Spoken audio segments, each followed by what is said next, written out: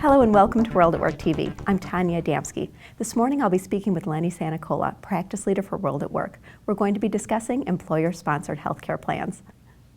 Lenny, are employer-sponsored healthcare plans still a benefit for most employees? Very much so, Tanya.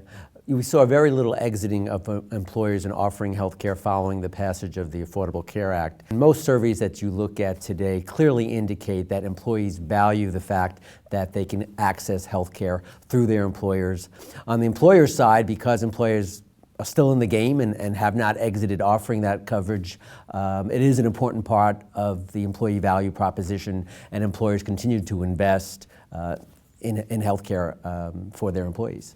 We hear a lot of discussion at the federal level about health care. How is that potentially impacting employer-sponsored plans? There's been a lot of discussion around repealing or repairing portions of the Affordable Care Act. And although a lot of that discussion and dialogue has been centered on the individual marketplace, the public exchanges, and Medicaid, any changes or decisions made around that do impact employer-sponsored plans, whether that is cost shifting, depending upon what those changes might mean, whether it's in terms of taxes or mandates that may exist. All of those decisions, although focused primarily on the individual marketplace, affect employer plans. There's still concern around the Cadillac tax, which we've spoken about previously in some of these videos, so we'll have to see how that may play out and impact the design and the offering of employer-sponsored health plans.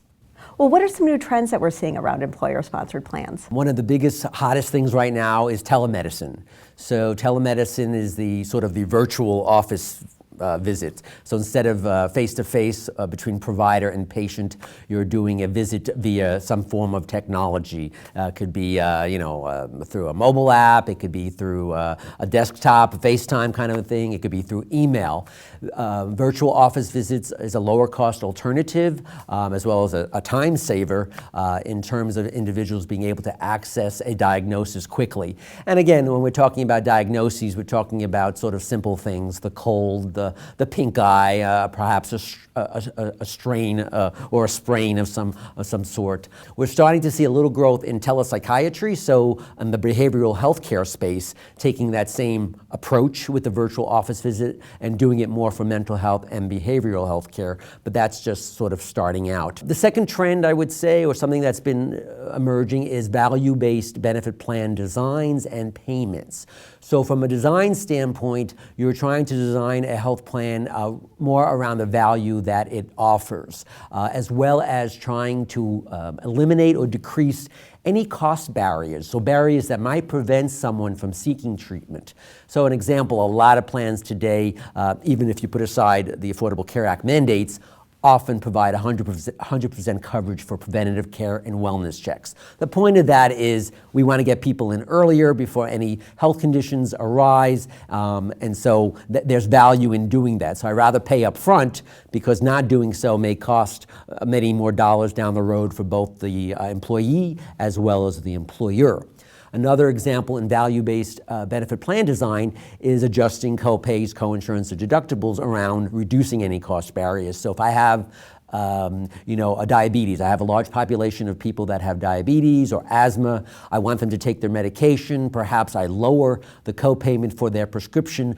If that's a barrier, trying to prevent that financial barrier and making sure that people do in fact take their medication, because upfront that's going to save both quality of life as well as dollars. From a payment perspective, historically providers have been paid on a fee-for-service model. So for every test that they order, they get paid for every service they provide.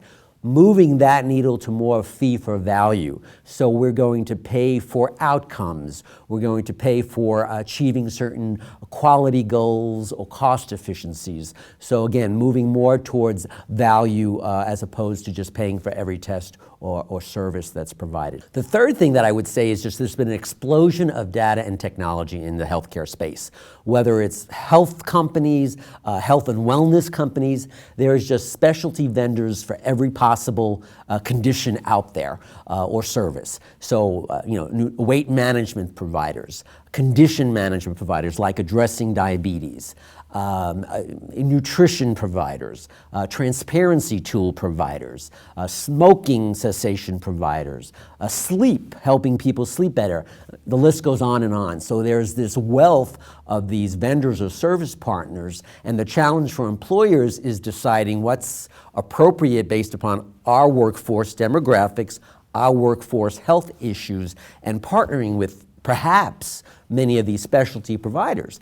So if I do that, how do I integrate all of them into either an existing or a new technology platform or portal so that people can access them? And then how do I engage employees? So if I'm dealing with a lot of these vendors, the challenge is making them known to the employee base that they're available, but really how to integrate them, not only into the infrastructure from a technology standpoint, but integrate them with other service providers or insurance carriers that I might be dealing with.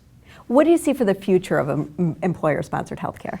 I don't see employer-sponsored healthcare going away. I think employers are in the best position to drive change, innovative change in both design and delivery. So I see employers, along with benefit consultants and others, players in the industry, really working together to drive change in both delivering more value and more quality and keeping costs at a manageable level. So I think employers will still be involved, definitely in the short term, but I say even longer than that.